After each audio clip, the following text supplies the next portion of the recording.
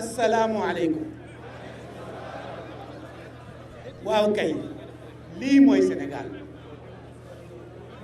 waaw kay ñii ñooy sénégalais. sénégalais nitu ngëm lañu. ñun diine lañ gëm. ñu ngi ñaan ñi ñuy gouverner ñuy sóoraale loolu.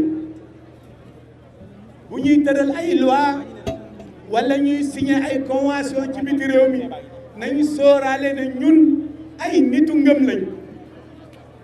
loolu dong moo mën a am jàmm am. ma ne la woon wonni na. la woon wonni na. la woon wonni na.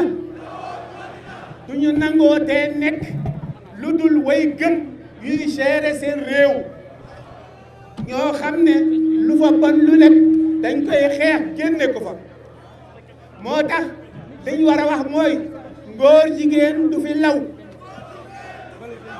ngóor jigéen du fi law. ndax ngóor jigéen du fi am itam nag xaw naa exagéré tuuti waaye ngóor jigéen moom du fi law. ñu ngi ñaan kon suñu gouvernement yi ñu bàyyi ñu xel jàmm am.